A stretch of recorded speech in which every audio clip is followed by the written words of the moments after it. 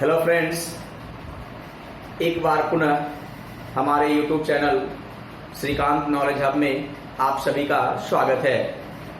आज मैं आप लोग के लिए एक इम्पॉर्टेंट सेशन, एक इम्पॉर्टेंट वीडियो लेकर आया हूं, जो कि हाल ही में 22 मई 2020 को RBI के द्वारा जारी की गई मॉनेटरी पॉलिसी स्टेटमेंट के ऊपर है। तो फ्रेंड्स, इस सेशन को आप पूरा देखिएगा, क्योंकि इसमें कुछ कॉन्सेप्ट्स भी है, कुछ डेटाबेस क्वेश्चंस भी हैं और कुछ करंट अफेयर्स भी है। मतलब एक कंप्लीट करंट बैंकिंग का टॉपिक है, जो कि हर एग्जाम्स के लिए इम्पोर्टेंट है। बैंक का एग्जाम हो या प्रीवियस ईयर आप देखे होंगे CGL, SSC CGL में जो है इससे क्वेश्चन पूछे गए थे। UPSC हो, BPSC हो, किसी भी एग्जाम में आपको इस टॉपिक से क्वेश्चन मिलते रहेंगे। तो फ्रेंड्स, मैं आगे बढ़ता हूं। इससे पहले मैं आप लोगों से एक बात कहना चाह रहा हूं। पिछली वीडियो जो हमने आप लोगों के बीच शेयर किया था, डिजिटल सम पार्ट 1, उसका नेक्स्ट सीरीज भी बहुत जल्द आप लोग के बीच आएगा। लेकिन उसमें जो आप लोगों ने सपोर्ट किया, जो आप लोगों ने प्यार दिया है, उसके लिए मैं आप लोगों को पुनः धन्यवाद करता हूं। तो फ्रेंड्स, हम चलते हैं आज के इस इंपॉर्टेंट सेशन की ओर, जिसका नेम है मॉनेटरी पॉलिसी, जो 22 मई 2020 को जारी हुआ था। फ्रेंड्स, मॉनेटरी पॉलिसी का मतलब उद्देश्य क्या होता है, बेसिक जो उद्देश्य होता है, RBI ऐसा क्यों करता है, तो इसमें बस एक सिंपल सा इसका ऑब्जेक्टिव होता है कि मॉनेटरी पॉलिसी हमारे देश के अंदर लिक्विडिटी, मतलब कि मनी को बैलेंस करता है, जिससे हमारे देश में इन्फ्लेशन बैलेंस रहता है। तो फ्रेंड्स, ये मॉनेटरी पॉलिसी जो है ये RBI डिसाइड करता है। RBI के अंदर पहले गवर्नर को सिर्फ अकेले ये डिसाइड करने का अधिकार हुआ करता था, लेकिन गवर्नमेंट ऑफ इंडिया ने 2016 में इस कॉन्सेप्ट को चेंज कर दिया और कहा कि अब मॉनेटरी पॉलिसी जो होगा वो किसी एक व्यक्ति के द्वारा निर्धारित नहीं किया जाएगा, एक कमेटी के द्वारा जो है इसको तय किया जाएगा, डिसाइड किया जाएगा, और उस कमेटी का नेम दिया गया मॉनेटरी पॉलिसी कमेटी, जिसमें टोटल 6 मेंबर हैं और ये 6 सदस्य मिलकर मॉनेटरी पॉलिसी को डिसाइड करते हैं। इसमें वोटिंग का अधिकार है। आगे हम थोड़ी सी डिस्कस करेंगे इस बात को। इसका फॉर्मेशन हुआ था इस कमेटी का सितंबर 2016 के अंदर, जिसके चेयरमैन गवर्नर होते हैं शक्तिकांत दास। और इस कमेटी का फॉर्मेशन जो किया गया था वो किस RBI एक्ट 1934 सेक्शन 45ZB के तहत किया गया था। ये एक डेटाबेस क्वेश्चन है, इसको आप ध्यान रखिएगा, इंपॉर्टेंट है। किसी भी एग्जाम्स में जो है ये क्वेश्चन डायरेक्टली आपको मिल सकता है। इसमें ये क्वेश्चन बहुत इंपॉर्टेंट है फ्रेंड्स। ये 7 से 8 बार ये क्वेश्चन पिछले 2 सालों में पूछा हुआ है। MPC का फुल फॉर्म क्या है, इसको ध्यान रखिएगा। ये तो इंपॉर्टेंट है ही कि MPC के चेयरमैन जो है वो वर्तमान में शक्तिकांत दास हैं। अब फ्रेंड्स, हम आगे बढ़ाते हैं। इस एरो के बाद आप इसको यहाँ आप देखिएगा, इसको आप नीचे अपने आप कॉपी में इसको शिफ्ट कर सकते हैं। इस डायग्राम को नीचे यहाँ पे मैं यहाँ पे लिख दिया हूँ। इसको यहाँ पे देखिएगा, टोटल मेंबर जो है इस कमेटी के अंदर जो है वो 6 है फ्रेंड्स। तो यहाँ पे 6 मेंबर में 3 मेंबर जो होते हैं वो भारत सरकार के होते हैं, गवर्नमेंट ऑफ इंडिया के होते हैं, और 3 मेंबर जो होते हैं वो फ्रेंड्स वो RBI के होते हैं। तो इसमें 6 सदस्यीय जो MPC है कमेटी, उसमें 3 भारत सरकार के और 3 RBI के मेंबर होते हैं। इसमें बड़े बड़े एक्सपर्ट हैं फ्रेंड्स। चेतन घाटे, जिनका पूर्व में संबंध रह चुका है भारतीय सांख्यिकी संस्थान से, और पम्मी दुआ, जो दिल्ली स्कूल ऑफ इकोनॉमिक्स से संबंध पहले इनका रह चुका है। रविंद्र एच ढोलकिया, इनका संबंध IIM अहमदाबाद से रह चुका है। तो ये भारत सरकार की तरफ से हैं। और आरबीआई के जो मेंबर हैं उसमें एक गवर्नर है शक्तिकांत दास जो चेयरमैन होते हैं इस कमेटी के, और एक है डिप्टी गवर्नर होते हैं जो कि माइकल पात्रा है, अभी माइकल डी पात्रा, और एक एग्जीक्यूटिव डायरेक्टर है आरबीआई के जिनका नेम है जनक राज। लेकिन फ्रेंड्स आप इसको ध्यान रखिएगा, मैं जिस पॉइंट को टिक कर रहा हूं वो बहुत इंपॉर्टेंट है। आपसे डायरेक्ट एक क्वेश्चन पूछा जाएगा कि टोटल मेंबर कितने हैं, यहां पे ध्यान रखिएगा फ्रेंड्स। ये क्वेश्चन 2016-17 एसपीओ के अंदर पूछा हुआ है कि गवर्नमेंट ऑफ इंडिया के कितने मेंबर होते हैं, कितने सदस्य होते हैं एमपीसी कमेटी के अंदर।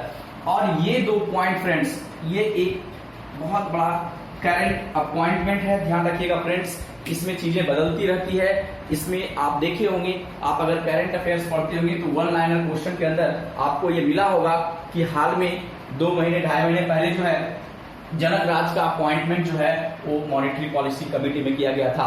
तो ये फ्रेंड्स पढ़ना बहुत बड़ी बात नहीं है, सबसे बड़ी बात है कि आपके क्वेश्चंस किस तरह से आते हैं एग्जाम में, प्रीवियस ईयर कैसे पूछे गए हैं और क्वेश्चन कैसे आ सकते हैं, उसको आप थोड़ा सा ध्यान रखिएगा।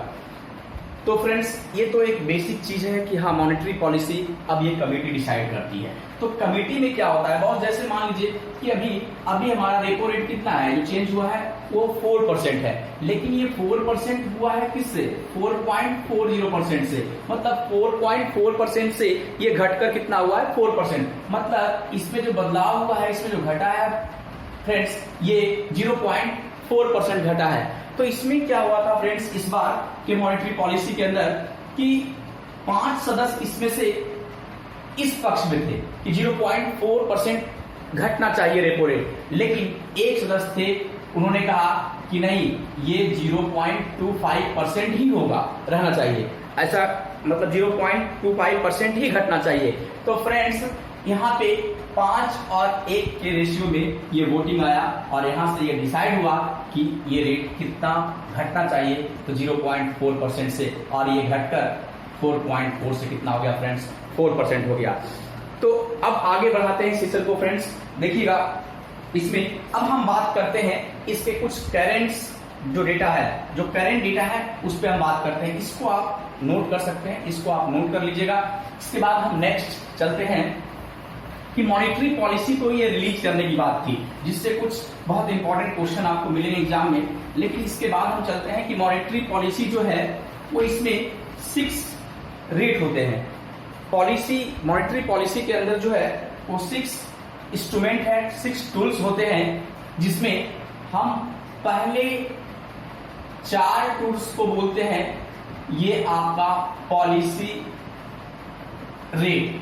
और पॉलिसी रेट जो होता है वो फ्रेंड्स ये 4 प्रकार का होता है पॉलिसी रेट, जिसमें आपने देखा होगा कि अभी जो रेपो रेट है जो चेंज हुआ है, ये रेपो रेट है फ्रेंड्स आपका 4%।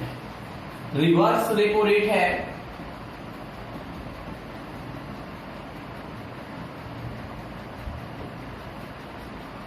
रिवर्स रेपो रेट है 3.35%।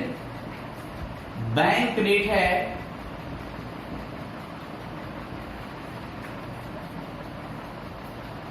4.25%। MSF है वर्तमान में आपका 4.25%। और इसमें दूसरा पार्ट है फ्रेंड्स कि इसके अंदर ये आपका रिजर्व रेट है। रिजर्व रेट जो होते हैं वो 2 है। इसमें एक है आपका CRR जो कि वर्तमान में 3% है, और एक है आपका SLR जो कि वर्तमान में ये आपका 18% है। तो फ्रेंड्स ये तो एक करेंट डेटा है जो आप सब लोग हो सकता है जानते होंगे इसको। तो ये डेटा इसको ध्यान रखिएगा फ्रेंड्स कि ये 4 होते हैं पॉलिसी रेट और ये 2 होता है आपका रिजर्व रेट।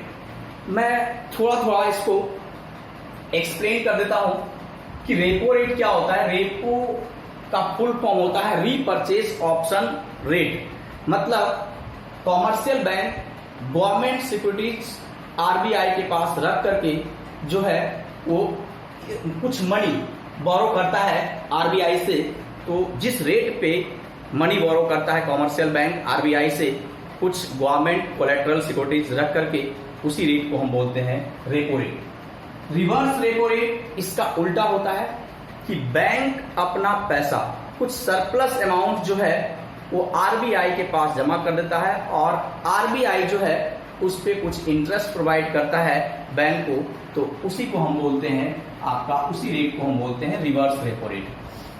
थर्ड पॉइंट बहुत इंपॉर्टेंट है फ्रेंड्स, इसको देखिएगा, बैंक रेट। बैंक रेट क्या होता है? बैंक रेट को हम कभी कभी डिस्काउंट रेट भी बोलते हैं। ऐसा क्यों बोलते हैं?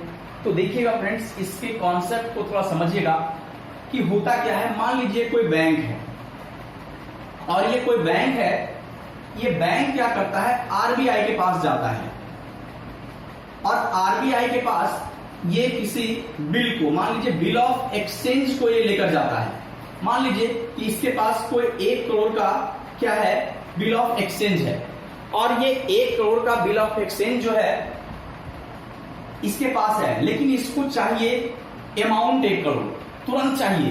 बैंक को 1 करोड़ अमाउंट तुरंत चाहिए इसको, लेकिन इसके पास तो बिल ऑफ एक्सचेंज है 1 करोड़ का, तो ये क्या करेगा, इस बिल ऑफ एक्सचेंज को लेकर के जाएगा आरबीआई के पास और आरबीआई जो है वो इसको बोलेगा ठीक है, हम आपके बिल ऑफ एक्सचेंज को एक्सेप्ट करते हैं और हम, लेकिन आपको 1 करोड़ रुपया पूरा का पूरा हम आपको नहीं देंगे, हम क्या करेंगे, इस पे कुछ कटौती कर लेंगे। तो आरबीआई बोलता है ठीक है, हम आपको 98 लाख रुपया इस पे देते हैं और 2 लाख रुपया हम इस पे काट लेंगे, ठीक है। मतलब इसी को हम बोलते हैं कि आरबीआई जो है वो क्या कर रहा है, बिल ऑफ एक्सचेंज को डिस्काउंट कर रहा है, ठीक है। ये जो है बिल ऑफ एक्सचेंज को जो है फ्रेंड्स डिस्काउंट कर रहा है। तो बिल ऑफ एक्सचेंज को डिस्काउंट जिस रेट पे किया जाता है ना फ्रेंड्स, उसी को हम बोलते हैं बैंक रेट। इसलिए कहीं कहीं पे हम बैंक रेट को क्या बोलते हैं, आपका डिस्काउंट रेट भी बोलते हैं, तो इसको ध्यान रखिएगा। एमएसएफ फ्रेंड्स क्या होता है, मार्जिनल स्टैंडिंग फैसिलिटी। ये होता है आपका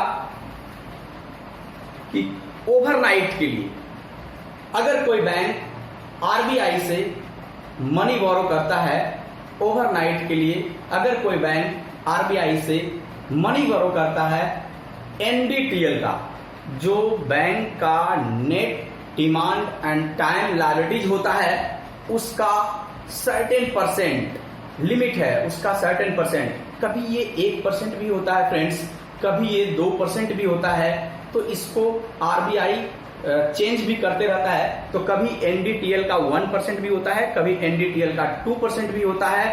एनडीटीएल का 1% या 2% जब कोई बैंक बोरो करता है ओवरनाइट के लिए आरबीआई से जिस रेट पे, उस रेट को हम क्या बोलते हैं, ये आपका एमएसएफ। तो ये 4 पॉइंट है, मैं ये थोड़ी थोड़ी आप जानते होंगे बट मैं थोड़ा सा आपको एक्सप्लेन कर दे रहा हूं। ये करेंट रेट है इसके साथ साथ, ठीक है। बट डायरेक्ट क्वेश्चन आते हैं, इसको ध्यान रखिएगा। आजकल तो कुछ ऐसी दिक्कतें भी आती है कि आपको कहीं कहीं पे रेट भी वेरी करेगा, लेकिन ये डेटा बिल्कुल सही है फ्रेंड्स, इसको ध्यान रखिएगा। रिजर्व रेट 2 तरह का होता है, एक सीआरआर और एक एसएलआर। कैश रिजर्व रेशियो होता है, सीआरआर जो होता है फ्रेंड्स वो एनडीटीएल जो होता है इसका सर्टेन परसेंट, इसका सर्टेन परसेंट मतलब कितना परसेंट, 3% जो है फ्रेंड्स, ये क्या करना पड़ता है, बैंक को आरबीआई के पास मेंटेन करना पड़ता है। ये आपका उसी रेशियो को हम बोलते हैं सीआरआर। मतलब कोई भी बैंक एनडीटीएल का सर्टेन परसेंट, मतलब अभी करेंट रेट क्या है 3%, वो मेंटेन करता है। एंड मान लीजिए किसी बैंक का एनडीटीएल अगर 100 करोड़ है तो वो कितना मेंटेन करेगा, आपका 3%, मतलब 3 करोड़। 3 करोड़ ये मेंटेन करता है फ्रेंड्स आरबीआई के पास कैश के फॉर्म में, तो उसको हम बोलते हैं सीआरआर। और अगर इसी एनडीटीएल का सर्टेन परसेंट मतलब 18% फ्रेंड्स, अगर ये बैंक खुद के पास मेंटेन करता है कैश के फॉर्म में, गोल्ड के फॉर्म में या गवर्नमेंट सिक्योरिटीज के फॉर्म में। तो खुद के पास अगर कैश, गोल्ड और गवर्नमेंट सिक्योरिटीज के फॉर्म में अगर वो मेंटेन करता है एनडीटीएल का 7% मतलब 18%, तो उस रेशियो को हम बोलते हैं आपका एसएलआर।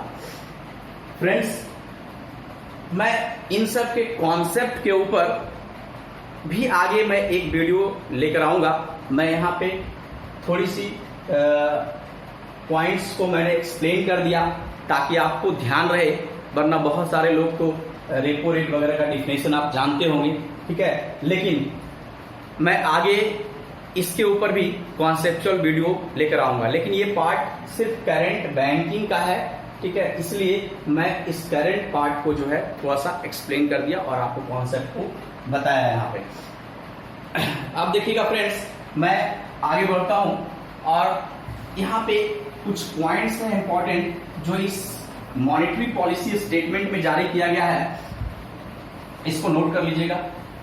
तो ये स्टेटमेंट में जो कुछ पॉइंट्स जारी किए गए हैं, तो इसमें ये पॉइंट्स है कि इसके अंदर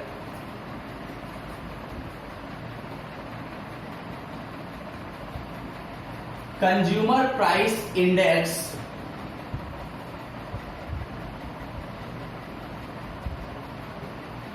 सीपीआई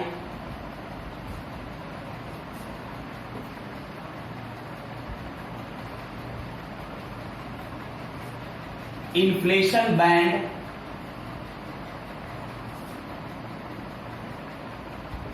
±2%। इसको देखिएगा फ्रेंड्स, एक पॉइंट है, आरबीआई ने अपने मॉनेटरी पॉलिसी स्टेटमेंट में ये कहा है, इसका मेन जो उद्देश्य है आरबीआई का, कि जो रिटेल इन्फ्लेशन है, जो कंज्यूमर प्राइस इंडेक्स है सीपीआई, जो हर महीने देखते होंगे, हर महीने जो है वो जारी किया जाता है कि 5.8%, 5.6%, 7.35%। तो ये जो रिटेल इन्फ्लेशन है बॉस, वो इस retail inflation consumer price index जो है, इसका जो इन्फ्लेशन बैंड है, जो रिटेल इन्फ्लेशन का जो कंज्यूमर प्राइस जो है इंडेक्स, उसका इन्फ्लेशन जो है, उसका जो बैंड है, वो आरबीआई जारी करता है 4+- 2%। मतलब इसका कहना है कि हम अपने देश के अंदर इन्फ्लेशन को इसी बैंड के अंदर जो है वो हम रखेंगे, मतलब मैक्सिमम 6% और 2% मिनिमम, मतलब 2 से 6% के बीच में जो है ये रहना चाहिए 4+- 2%। लेकिन फ्रेंड्स, इसमें एक करंट क्वेश्चन है।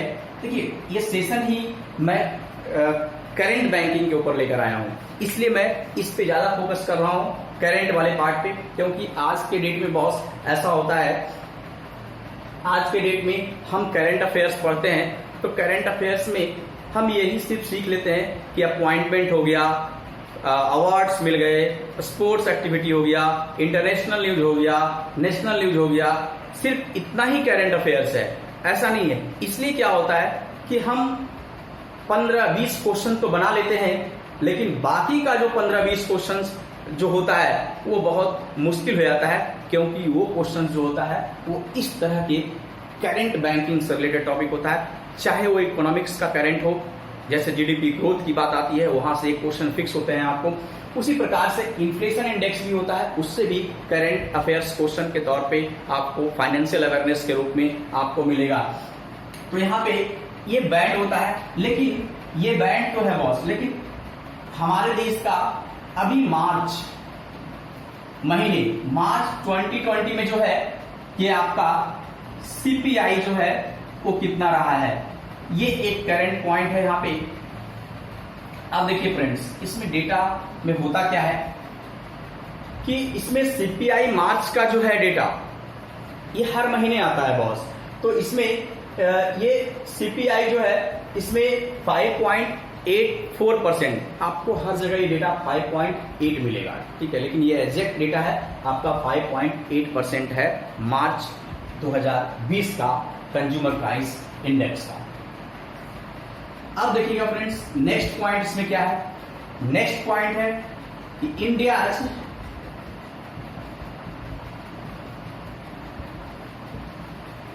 Foreign reserve,